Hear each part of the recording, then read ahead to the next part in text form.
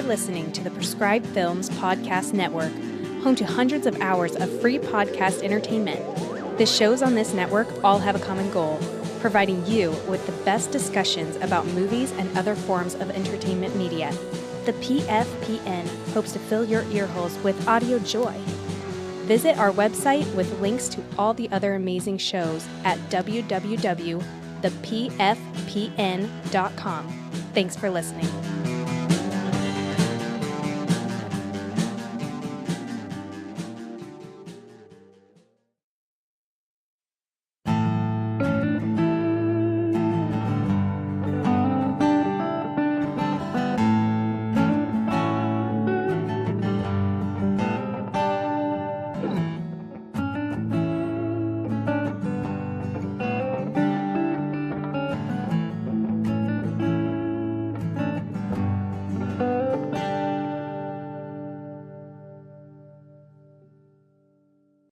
Hi, welcome back to the Story By podcast. Thanks for stopping by. Today's episode is a quickie that I did for Movie Poet back when it was still in operation. For those who haven't listened to previous episodes where I've mentioned the site, or who just don't recall, Movie Poet was a monthly 5-page script writing contest with a monthly theme or writing prompt. One month, writers submitted scripts. The next month, the scripts were rated, reviewed, and commented on by the other submitting writers, and the following month, the top 3 winners were announced.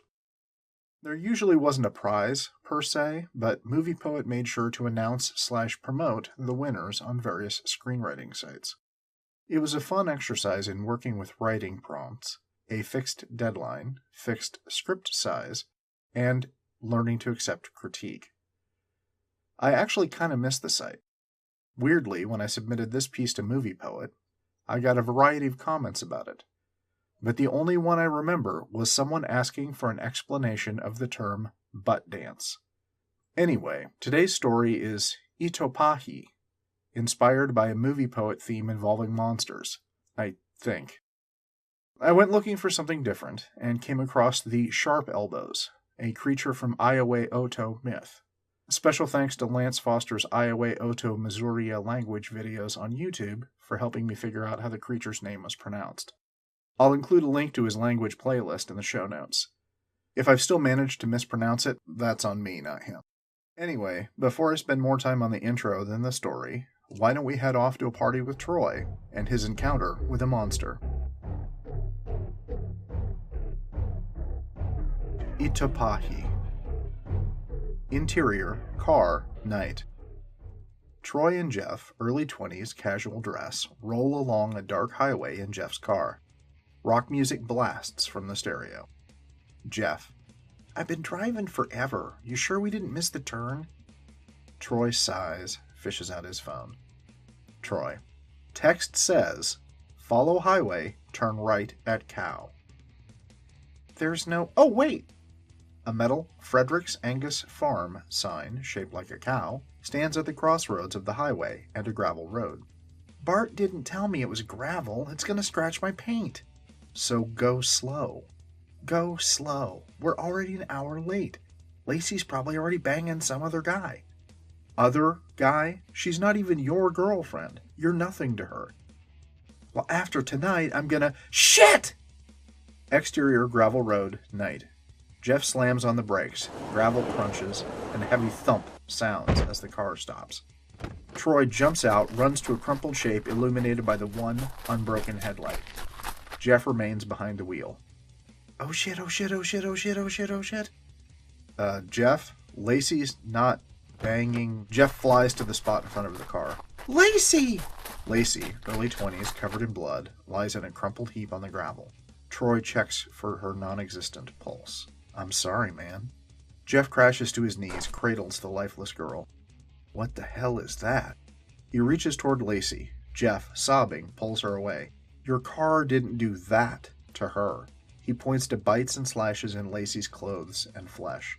A scream, off-screen, echoes from the darkness. That came from back there. Where she came from. We gotta get out of here right now. Jeff struggles to his feet, holding the lifeless girl. Help me get her into the car. Jeff, someone else is in trouble. Screw them, you coming or not? Another scream, off screen. I guess not. You got a flashlight? Trunk! Jeff loads Lacey into the passenger seat. Troy gets a flashlight and baseball bat from trunk. You at least call for help? Jeff executes a 3-point turn and drives off. I guess not. Exterior woods, night. Troy stumbles through thick brush, reaches clearing. I'm so stupid. A man, 50s to 60s, in ratty clothes, wears an eye patch and backpack, steps into the clearing. He holds a bloody axe. Man, yes, you are. Troy raises his bat.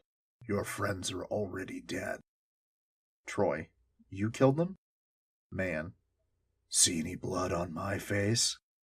Man opens wide, waggles his tongue, smacks his lips. The Itopa'hi feasts on flesh, boy. A house full of drunken children is a buffet to him. A scream, off-screen, splits the night, then gurgles to a stop.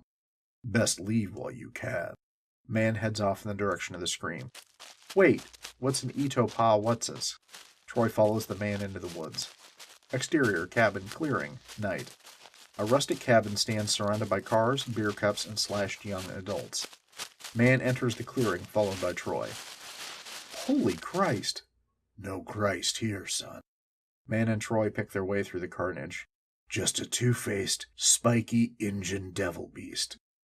Troy shines light on corpse's wounds. What the hell? Bones, spikes, and fangs. How do you know? Man lifts shirt to reveal scar slashes across his belly and back. He points at his eye patch. From the last time we met. A shriek escapes the cabin. There you are, you bastard. Man rushes into the cabin. Crashes, roars, and wet sounds explode from the cabin. Troy hugs his bat, backs away from the cabin. Inhuman shriek is followed by dead silence. Troy creeps toward the cabin. Scary axe-wielding dude, you okay? Troy stops, listens for response. Two-faced spiky monster?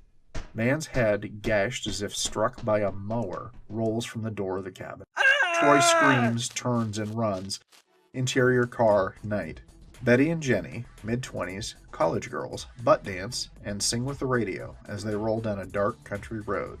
Troy rushes up from the ditch, crosses in front of them. Betty screams, slams on the brakes. Gravel crunches and a heavy thump sounds as the car stops. Troy emerges from the opposite ditch, walks in front of the car, swings bat overhead and smashes down. He repeats. Each swing sprays green gore on the hood, windshield, and Troy. Troy walks to Betty's window. Green goo drips from his bat and his face. Party's canceled. Can I get a ride?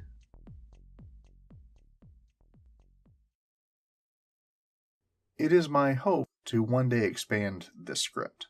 I was just beginning to get interested in the monster hunter and his prey. So, if anyone in listening to this wants to produce an extended short or even a feature based on this story, let me know. We can figure something out. Since I spent a lot of the intro talking, I'll just go ahead and wrap it up for this episode. As always, thanks for stopping by. I really appreciate it.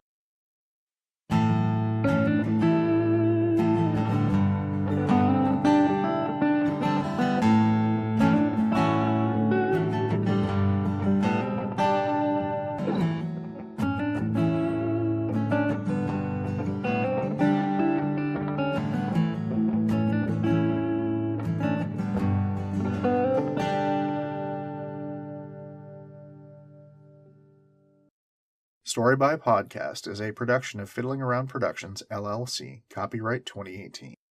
Theme music is provided by The High Crest, www.thehighcrest.com, and used with permission. All other music provided by Kevin MacLeod, Incompetech.com, edited by Lawayne L. White, and licensed under Creative Commons by Attribution 3.0 license. Story by Podcast can be found at storybypodcast@gmail.com, on Facebook at facebook.com/storybypodcast, and on Twitter at storybypodcast, and wherever you look for podcasts. Story by Podcast is also a member of the Prescribed Films Podcast Network. Check out their other shows at thepfpn.com.